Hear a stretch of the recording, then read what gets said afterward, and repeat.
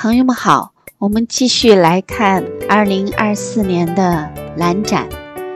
这一次兰展，我觉得花的品种非常多。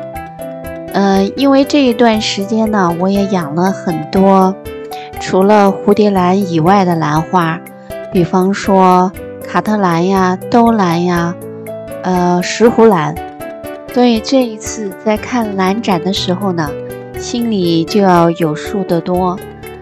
看的时候呢，就知道这些兰花呢，大概都属于哪一个类型的。比方像这种兰花，以前我是完全不知道的，它是属于天鹅兰、飘唇兰一类的。像这种粉色的花色是非常非常诱人的。比较难以见到，但是我见到过一颗小型的。这种很清纯色彩的兰花呢，我也经常见到过。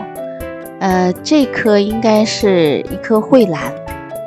兰花呢，就是色彩显得清纯一些的呢，更加吸引人。大家觉得呢，看上去呢，就是仙气飘飘。像这种白色的兰花，肯定有非常非常多的人喜欢。这一组兰花呢，它是一种，就是并不是让你单纯的看花的，它是把兰花和树根结合在一起做出来的，类似于盆景这样的艺术品。本身呢，兰花就是艺术品了。树根呢，本来是植物呢已经枯死掉以后的这个残骸，但是它也是大自然的一个馈赠。用它呢来种兰花其实是最好的，可以根据它的形状呢，让兰花呢长出更加别致的模样。有一些呢也开花了，所以其实是既可以当做盆景来欣赏，又可以同时赏花，非常别致。这个是展台的名字。这一次兰展上呢，也有日本的兰花。日本的兰花大多数是枫兰，他们做的很小巧。我在多伦多这里呢，很少见到有出售的，只在去年的兰展上看到过一次。我觉得他们用盆呢，用植料都很考究。我觉得大概更多的时候呢，他们是为了欣赏，这个植物种到盆里面以后带来的感觉。假如也开了一点点花呢，就更加新奇了。这一次兰展呢，非常非常多的展台，我呢没有仔细去看，因为我是先买了兰花再去看展览的。去年呢，我是先看展览后买兰花，结果很多花都已经卖掉了。那我呢，在买过花以后再看这些兰展呢，其实就觉得有很多花我刚刚为什么错过没有买。像这种淡淡的粉紫色的花，真的是看一眼没有抵抗力的。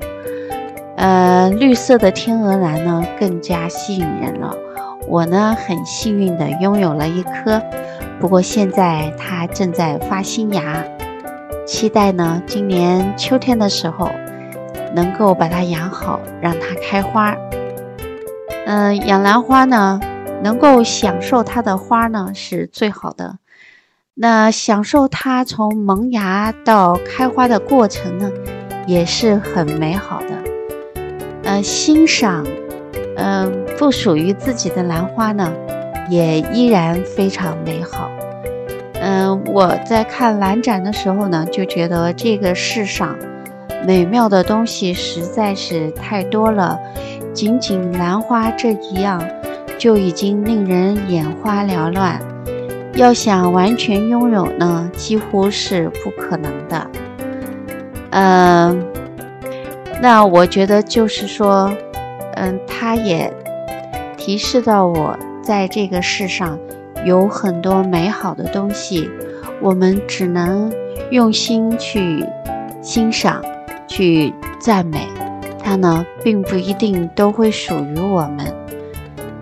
即使是不属于我们的美好呢，仍然是值得我们去推崇的。